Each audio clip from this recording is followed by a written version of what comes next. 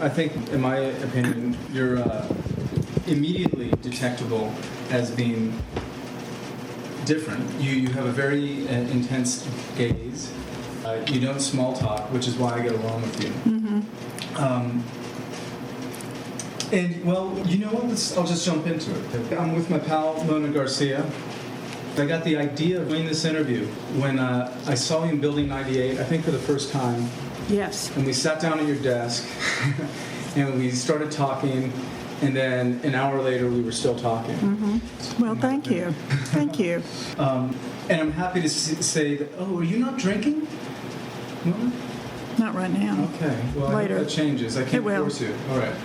I'll have some wine later. Okay. So, Mona, my first question, by the way, just to set the stage, we're in Mona's home. It's raining pretty heavily outside. And I live down the street about 5 doors, even though I drove because of the rain. Now, I've never even asked you about this, but this is a bed and breakfast. This is more than just your house. This is it's an active business, correct? Yes, it is. And we bought this property in 1996 when we had just returned from living many years abroad. We were living in Madrid, Spain, when we came to Marfa. And my husband chose this place because this is where he did his field trips when he was a young man going to University of Texas, doing his graduate studies, and you had to have a field trip out in the desert somewhere so you could study the Earth strata. And this is a favorite place for the universities in the Southwest because you can see the bones of the mountains, as the Germans say, because there's no forestry on it. So we came out here. We wanted to be somewhere away from the coast where we grew up because now we're older and we want to be cool and comfortable. Mm-hmm. And we don't need the boutiques and the big city life anymore because we've done all that all over the world. Mm-hmm. And we wanted a peaceful place to retire and just enjoy life. We went all the way up to the big sky country in Montana looking at mountain places to live. And we kept coming back to West Texas. And that was sort of determined by the fact that both my husband's parents were still living at that time, and so were mine. They were all, Rudy's parents were in their 90s, mine were in their 80s, and they were all failing. And we can be in the Houston area in a day driving.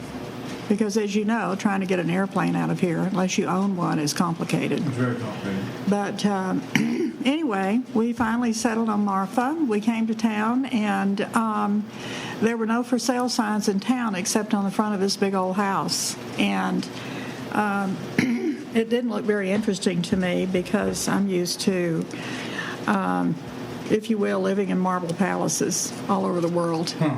Is that because of the work you did with Rudy, the oil work? Yes. Is that because you grew Rudy, up in a rich family? No. Rudy, I grew up in a ranch house. Okay. Much like this, much bigger, but much like this.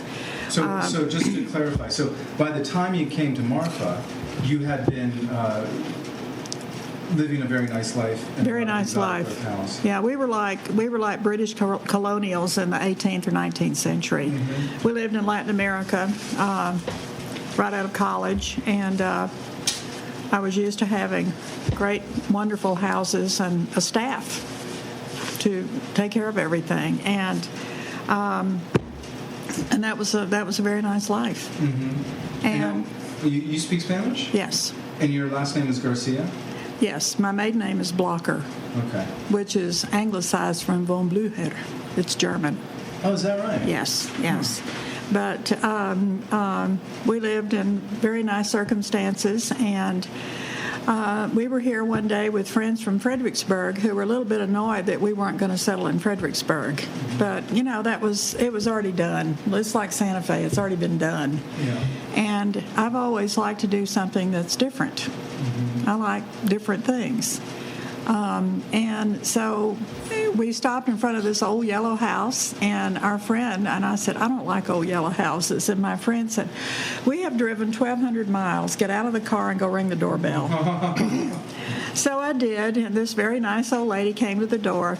I had to ring the doorbell several times, and she finally came to the door, and obviously I had awakened her from a nap. It was about 3:30 in the afternoon, and she looked to be a woman in her 80s. And she had on her pink fluffy house coat and her pink fluffy house slippers and had big pink plastic rollers in her hair. And she opened the door. I was going back down the steps, and I thought, oh, good, nobody's home, so I don't have to go. I don't have to do this. So, well, she came to the door, and she opened the door, and she said, yeah, girl, what do you want? And I said, I'm so sorry. I obviously woke you up from a nap. And she said, oh, that's okay. She said, are you interested in buying this old dump? She said, it's for sale, and I need to leave. Wow. So that was 96. 96. Uh-huh. That was in the early part of 96, probably February or March. I remember it was a really cold, windy day. Mm-hmm. Anyway, she looked out the door, and she said, who are those people out there? And I said, well, that's my husband and friends. And she said, well, do they drink coffee or what? She said, tell them to come on in. And so she invited us in, and we sat in the living room. But I knew instantly when I walked over the threshold into the living room that I wanted to buy this house. Okay, well, so you buy the house, but that doesn't necessitate turning it into a business. How did that come? This has been a B&B for over 100 years. Oh, so when you visited... And this woman had run the B&B, but she was in her 80s, and she had closed it a couple of years before. It was too much work for one old lady. Mm-hmm. And she told me that. And so I didn't know at that point that it was a B&B. She didn't tell me that. Right. It was just an old house that was for sale. And so I have to ask the obvious question, is buying a house in Marfa, Texas in 1996 a good investment? It was an excellent investment. This huge property, it's over 7,000 square feet on a third of an acre, cost under $100,000. Mm-hmm. So it was a very good investment. Well, all going well, I'll be a neighbor of yours, and we'll talk about that later on. Okay. So I have a couple different angles at getting at your past. Here's one. I had breakfast over here once, and I was stunned and happily entertained to see you. You were decked out from toe to top in a cordon bleu chef's outfit. That's right. And now, did you get that at a thrift store? Did you, steal that, or did you? No, that's actually a cordon bleu uniform. Well, go ahead, tell us. Well, when was that? when I lived in Spain, I was really bored. I had left my interior design business in Houston and all my friends, and Rudy was working as a consultant. He was the hired gun for the Spanish National Oil Company, and he was never at home. And if he was working from before daylight until way after dark. I was bored. And so one day I was reading the English language newspaper and the International Herald Tribune, and there was an ad in there for cooking school, Cordon Bleu, Paris. And I thought, well, heck, it's just over in the next country. I'll just go over there and do that. So I went, and I was there during the week and would come home on the weekends. It's not very far and very inexpensive to fly from Madrid to Paris. So I did that for 6 months, and that was very entertaining.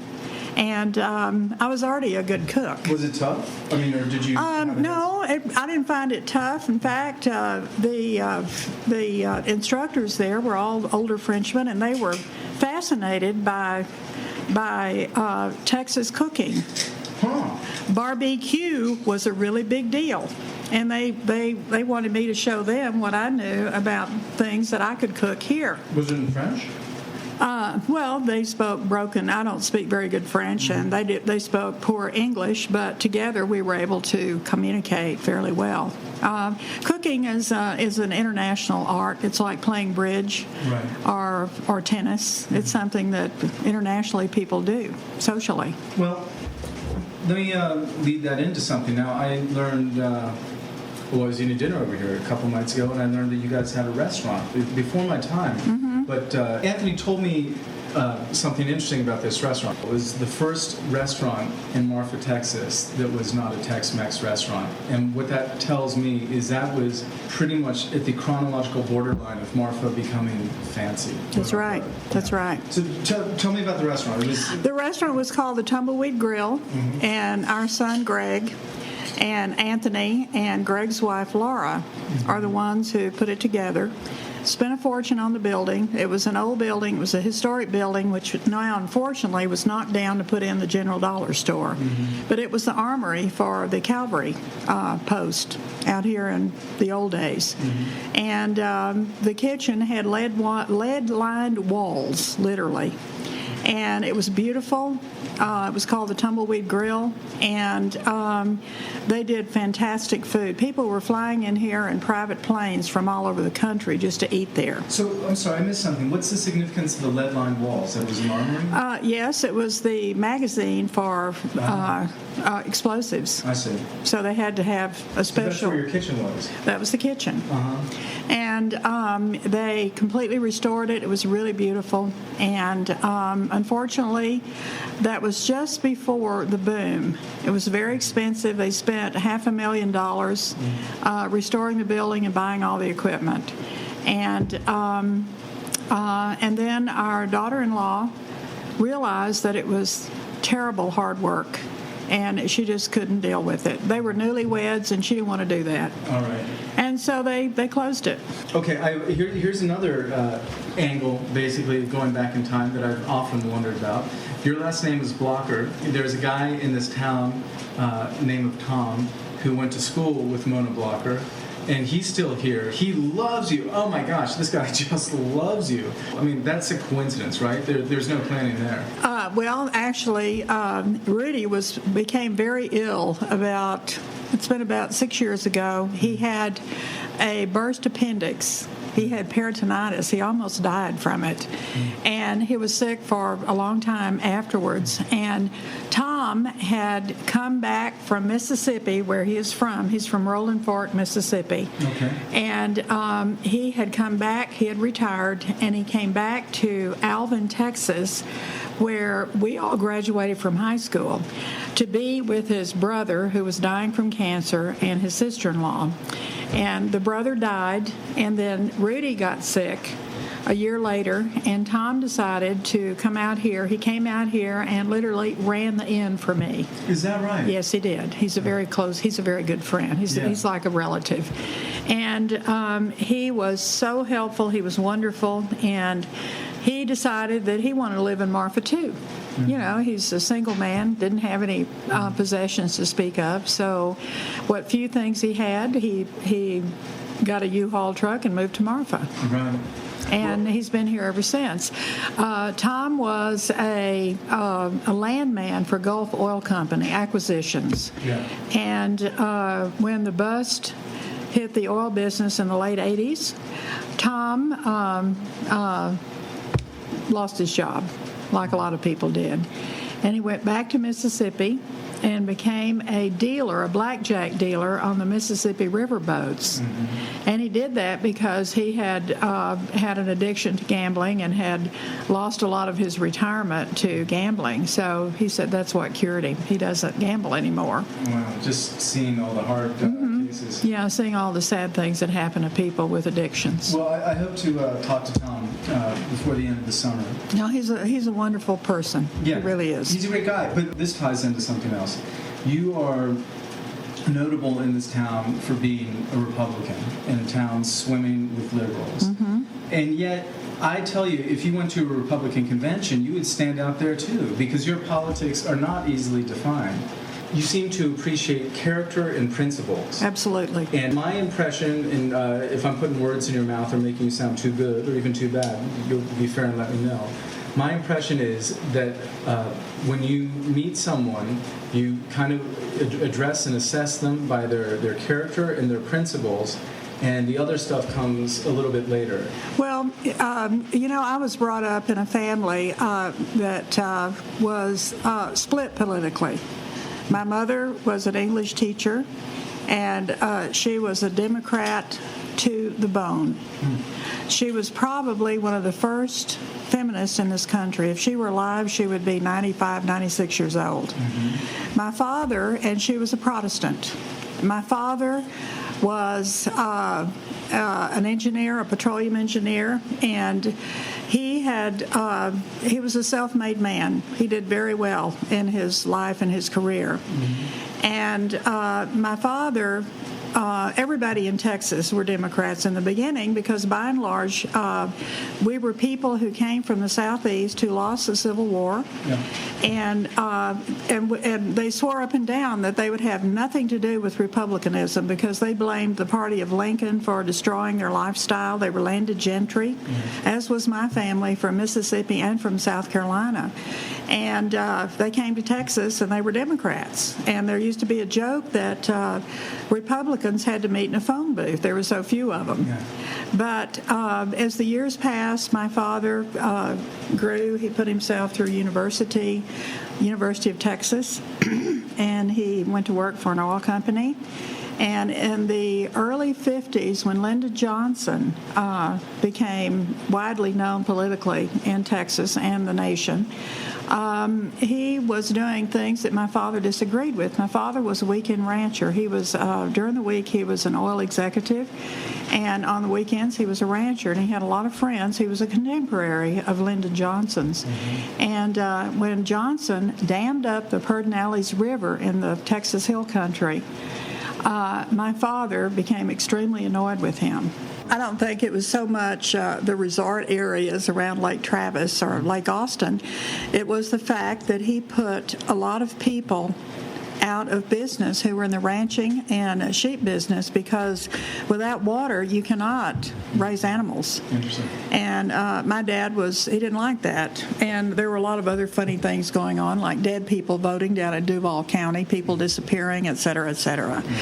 And those things have gone on in politics for years, but my father became extremely annoyed by that. He knew some of the people that were put out of business, that were damaged, who lost their livelihood and in some cases their lives. And so and their hope, they had nothing. So he decided, along with some other men who were of like mind, that they should form the Republican Party of Texas, get really serious about it. I was raised in a household where we discussed politics and religion every night. My mother was Protestant, my father was Catholic. How old were you when you first remember caring about politics and knowing a little bit about? 9 years old. Oh my goodness. Okay. Yeah. And we were taught that before you voted, if you didn't know who you were voting for, it was better not to vote. Yeah. And they taught us that we should, first of all, they said that in order for this country to be successful, we need a two-party system at least. We need a check and a balance. And my parents believed that it was good to have the House and the Senate be one party and the president another party. That was their belief. And they also taught us that before you vote for anybody, educate yourself. Find out what their voting record is, what kind of a human being they are, and then make up your mind. But just don't vote blindly because of a party. Don't take somebody else's word for it. Do some research, do some studying, and then vote. And that's the kind of house I grew up in. Okay, that answers the first half of my question. But the second part is this. You live in Marfa, Texas. Right. And no secret that most people in Marfa, Texas probably vote very differently than you do. Yes. And yet, you run a bed and breakfast here. You are one of the pillars of the community, I would say. You're not without a little friction, of course, but you have some very, very strong bonds and friendship here. I do. Okay. There's no contradiction there. No, not for me. No, I think that's the beauty of living. Life would not be interesting if everybody you knew agreed with you. Yeah. And I have a lot of really close friends that I love and they love me, and we don't agree on politics. Yeah. There are several things we don't agree on, but that doesn't matter because we like each other as human beings. And I think that that's the beauty of living. If I came to this town and I went to Building 98, and I saw some shamanistic guy bonking on a drum with weird art on the walls and a bunch of like hippies and kids, frolicking around and stuff, I would think the owner was like maybe in the back room smoking pot or something. And then I would find out the owner is Mona Garcia. So you own Building 98. I want to know how you got it.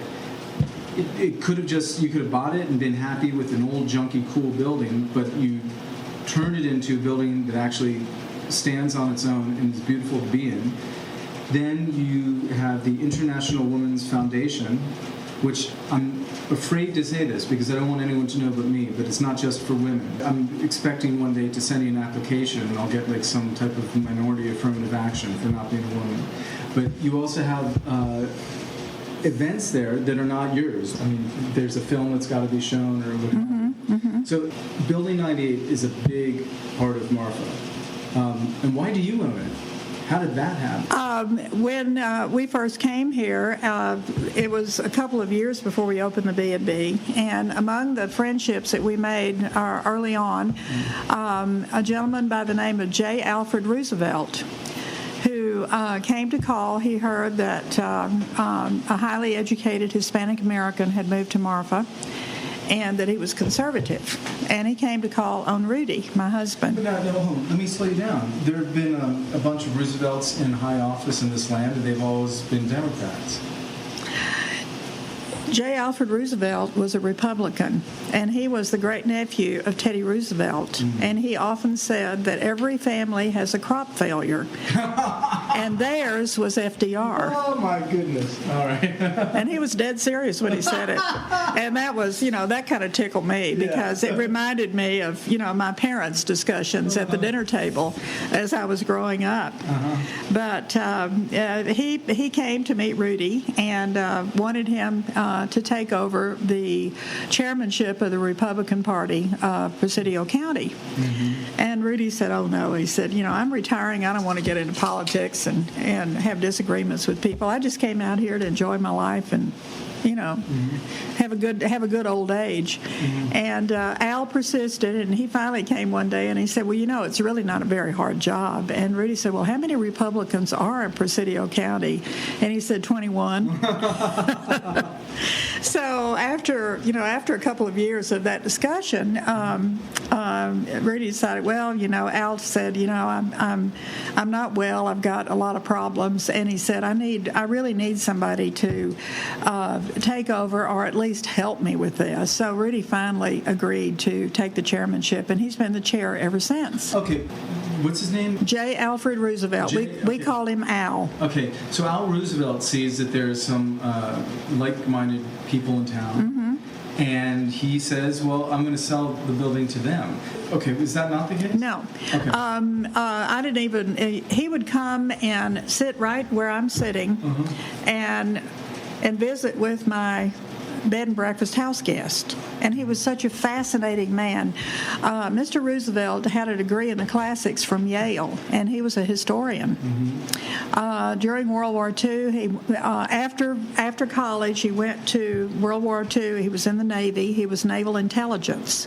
And he was the man who invented the bomb bays that dropped the bombs over Japan to finish the war. And he was a very erudite, fascinating man, and a walking history book. Actually, he would come and hold forth to my breakfast guest because he lived in Building 98. Now, were you wearing, just to paint the picture, were you wearing your cordon bleu outfit? I was. I was. And I always invited him to come sit and have coffee with us and share food. And he enjoyed that. And we became friends. And he started, one day he said to me, you're doing very well here, Mona. He said, have you ever thought about expanding?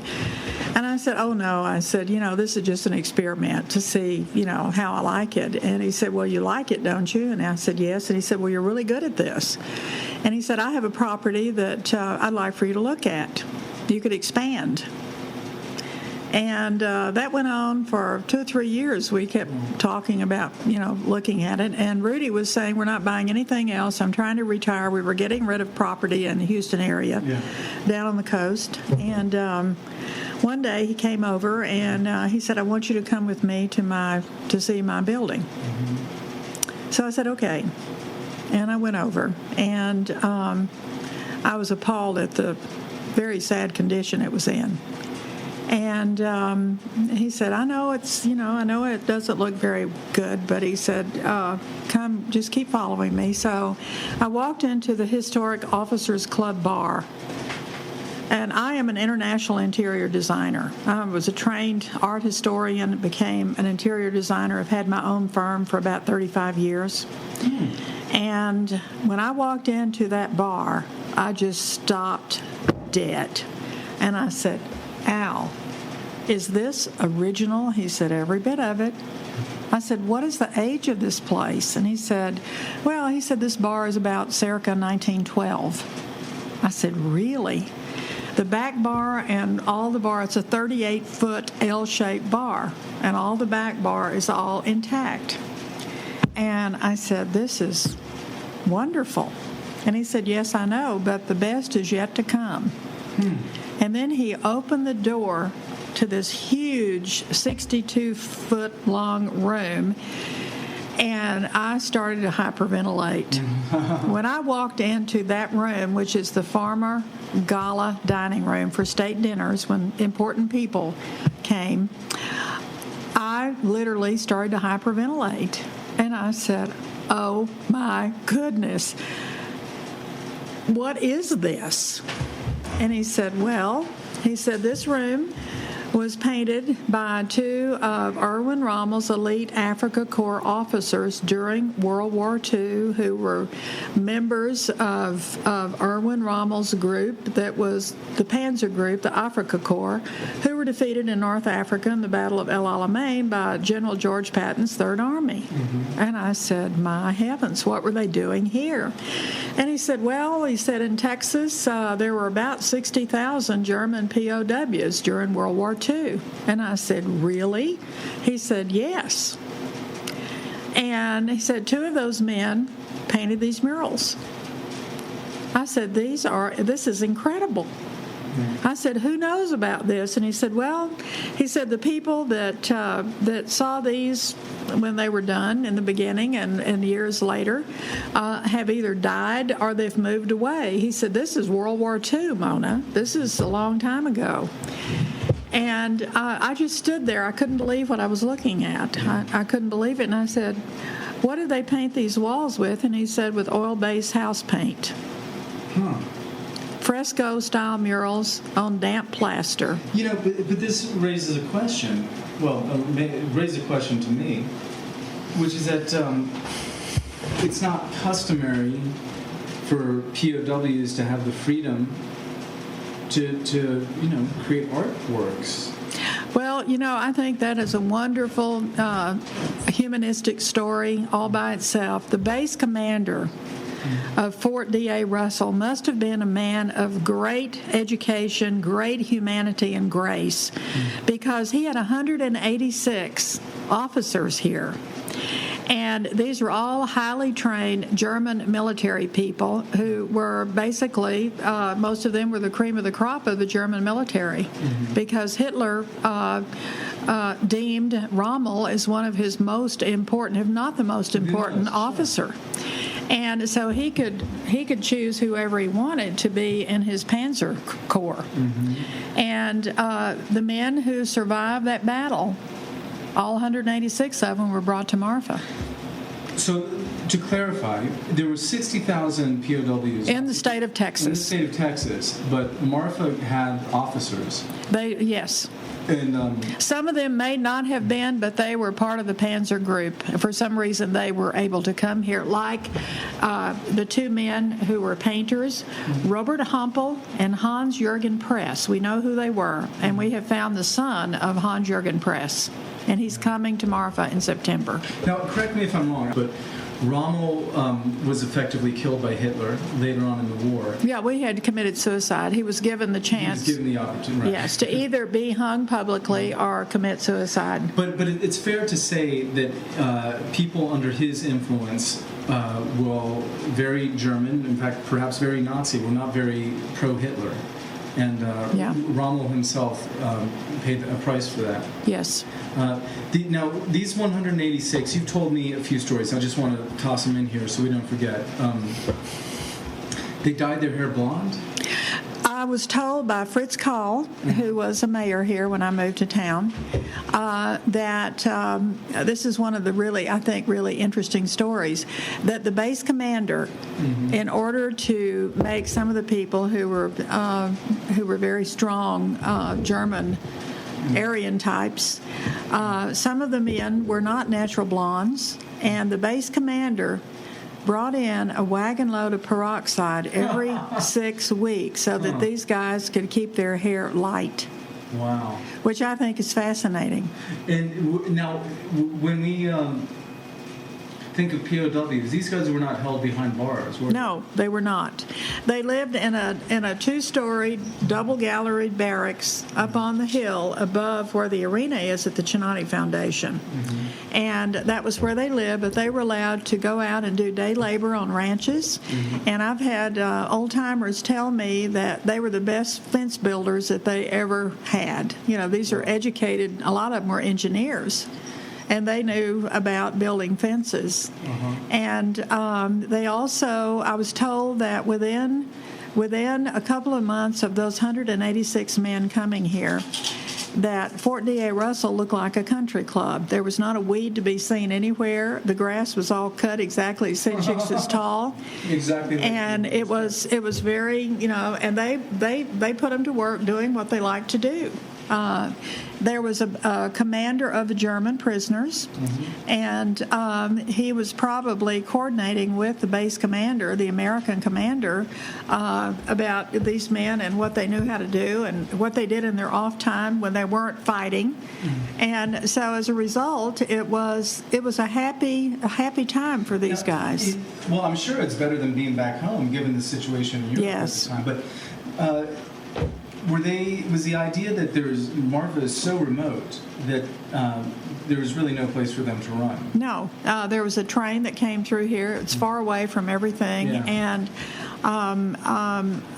I was told once that 2 of them decided they were going to leave, and they came back because it was too far. Yeah, I don't blame them at all. I'll tell you one thing, Mona, I wish I could have seen, or I wish I knew about, which is what D-Day was like in Building 98. Because, I'm sure they got the news reports. I'm sure they saw the newspaper. And I just wonder, were they elated? Were they disappointed? Did they expect it? Did they not? I'm told that they were jubilant.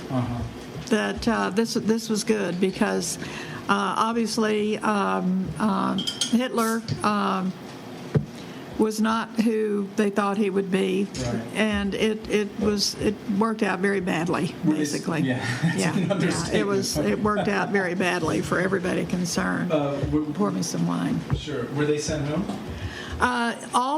When the war was over, when the war was over, they all had to muster out of the German army by going back to Berlin. And 6 of those Germans came back to the United States, and actually there are 2 of their descendants who are living south of town between here and Presidio. But they were treated extremely well. One of the really nice stories that I was told by Mr. Roosevelt was that every afternoon, the commander of the German prisoners would take his men to march out the back gate of Fort D.A. Russell, which is up on 2810 Pinto Canyon Road, and they would march down that road into the town to Highway 90. They would march down Highway 90, then go back up 67, and then back into the main entrance of the fort, where you go in now to Fort D.A. Russell. It's the old main entrance. And that all of the single women in town would turn out and wave perfumed handkerchiefs at these handsome Aryans marching down the road, and that they were extremely formal and they looked straight ahead, but their eyes were going left and right. Also, one of the other lovely bits of historic trivia that's not written in a book anywhere is that during the war, Americans couldn't get chocolate. Sugar was rationed, there was no chocolate. But the German prisoners and the American soldiers got a ration of chocolate once a month. The German soldiers saved their chocolates, and when they would march down Highway 90 in town, they would throw their chocolates out of their pockets to the little kids on both sides of the road. And I think that is a beautiful gesture. And it's an amazing gesture. It was amazing, and it was the people. They were well beloved, and everybody liked them. It was like Mardi Gras. Now, turning a skeptical eye to this, if we wanted to confirm these stories, I guess at this point, the best we can do is just get the testimony of people who were around them. Yeah, well, I've talked to a lot of old people who have told me these stories. Yeah. Mr. Roosevelt told me stories. Fritz Kahl told me stories. I've talked to some of the old ranchers, some of whom are not living anymore, about this, and there was generally a good feeling. There was no enmity. Okay, so let's push ahead. So you see Building 98. It's a ruin, but it's really, really valuably historical, and you buy the thing. And then, how does it get from that to where it is now? International Women's Foundation with hardwood, ceilings and the piano that's in tune. Well, as I told you, my mother was a believer in women's issues for many years. She believed that a woman should have her own money. She believed that women should be educated. She believed that women should have their own money, that they should not have to answer to anyone about how they spent their money. And I told her about this building and how much I would like it. My husband was a little nervous, understandably, because it was very expensive, and to do what I was thinking I would like to do would be enormously expensive. So I called my mother and I told her about it, and Rudy said, I really feel like we shouldn't be spending our retirement income on a project that may or may not work. So, I thought about it, and I said, well, maybe you're right. But I called my mother, and I told her about it, and she said, how big is it? And I told her, it's about 12,000 square feet. And she said, and exactly what would you like to do there? And I said, I've told you about how I conceived the idea when I lived in Lima, Peru years ago, about how I would like to have a place for women artists to be able to go to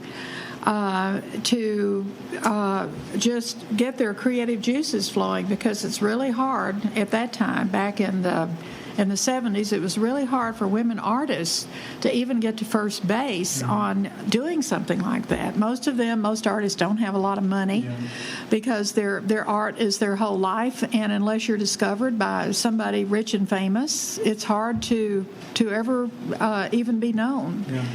And I met two women artists who never had a chance. One was an American girl from Baltimore, Maryland, who died in her early 40s from an asthma attack because she was all stressed out. It was wintertime in Lima. She was married to a wealthy Peruvian who left her for a secretary at the office. And that was very upsetting for her. And she died with an asthma attack. The other woman I met, they were all part of an arts group that I belonged to in Peru. The other woman was Hungarian, and she was in her late 50s, and she had married a very wealthy old oligarchic Peruano. I think he was a senator, a country senator. And when he died, his grown children just acted like she didn't exist. And she had no income, and she literally starved to death. And she was a sculptress. And I remember thinking, I was 37 years old when that happened, and I remember thinking, that's not right. And that was when, the wheels started turning, and lo and behold, I wound up in Marfa, Texas, and here's this huge building right across the road from the Chinati Foundation that had all of this potential. And as a designer, I can look at the bones of a building and know what you can do with it. I can vision that. My husband is a scientist. My daughter is a scientist. They looked at that and they said, you have lost your mind. That will cost a fortune. How are you going to do this? Well, I told my mother, I called her and I told her about this and how Rudy and Cassandra felt. And she said, well, Mona, I know that you can do it. And I said, yes, Mother, but it's, you know, that requires a lot of money. And she said, well, you're gonna inherit when I die. And she said, you know, I'm not going to live forever. My mother had heart trouble and problems with her lungs. And she said, if you want that building, she said, find out how much the gentleman wants for it. And I'll see that you have it, and then you can pay back the estate after I'm gone. So that's how I acquired the building. Let's see. 14 years later, and I think, am I right that you just finished it? 10 years later. Okay, 14 years after you bought it? Oh, no, 14 years after you moved here. Right. 10 years after you started working. Right. And am I right in saying that it's just this month that the Building 98 is what you envisioned 10 years ago? Well, we started getting there about 3 years ago. The first thing we had to do was get a roof on the building, and that was enormously expensive. Mm-hmm. And without a roof on an old adobe building, you don't have much. Yeah. And as soon as we got the roof on, we started working on the rooms and started out one at a time. Mm-hmm. And as I would get money in, I would spend it. Mm-hmm. Because I decided a long time, we've already spent $1.25 million there. Holy. The place was a ruin. Yeah, well, I'm also impressed that you had that much cash. I mean, I'm not gonna... It was literally a ruin, and I was coming to the end of what, you know, I could spend. Mm-hmm. And I formed a 501c3, mm-hmm. a corporation, a Texas corporation, a 501c3, and immediately began to work on getting historic designations. And in 2004, we became a National Historic Site. And I did that by contacting the Department of Interior. Mm-hmm. I literally went to Washington and presented myself. People came out and had a look at it and decided it was worthy of a designation because there's nothing like it anywhere in the United States. It's the largest collection of POW art in the country. Yeah, my brother Adam visited. I told you that he was fond of Rudy, and Building 98 is something that he was very interested in. You know, history is exactly his thing. Did he visit there when he was here? I took him there. Oh, you know, okay. Jenny Lynn was there. Oh, that's right. Yeah. Okay. All right. Okay, speaking of which, give me an advertisement. Let's say you were telling people what Building 98 is about. You can take a tour there. You can live there. You can work for the Women's Foundation there. Mm-hmm. It is a foundation that offers an artist-in-residence program. Mm-hmm. We have an apartment, mm-hmm. a self-contained apartment that was actually the apartment of the officer in charge of events at Building 98, because remember, this was the party house of the Big Ben. Mm-hmm. When there was nothing else out here, that was the ball. They had a ballroom. They had the officers' club, the bar that was beautiful. They had the gala dining room, and they had a library, which is the other mural room. And important people could go there by invitation. And it was a wonderful venue for anyone. It was a coup for a young woman to be invited by one of those handsome bachelor American officers who were all West Pointers to come to a party there, to a dance. If I want to rent a room in Building 98, how much do I pay? It's $500 a month, and all the bills are paid. Nice. Okay. Yes. Mona, do you like abstract geometrical art? Some of it depends on the colors and how much work it took to do it. I think that a white canvas with a red slash across it doesn't take much work. And I'm a traditionalist. I like art, figurative art that took some real talent to create. Okay. And some of the art I really like. It's very cool looking, and I don't mean that in the hip sense. I mean that it is. It makes you feel serene when you look at it. Right. Some of it is quite beautiful, and you can see that it took a lot of work to do it. But I'm not impressed by just, a monkey can throw paint in a canvas. Did you overlap with Mr. Judd here in town? He was here long before I was. No, was he alive when... No, he was not. We bought our property in 96, and I believe he died in 94. But had I known him, I'm sure I would have liked him. I'm sure I would have liked him too. He, I've heard people say he was a difficult personality, but I like that already. But that doesn't scare me at all. No, not at all. It's a magnet. I don't like to be told who I'm going to like. Yeah. Okay, so let's see. We've covered just about everything. How about this? Marfa has changed. Well, I'm a newcomer. I'm 12 months, actually, almost to the day.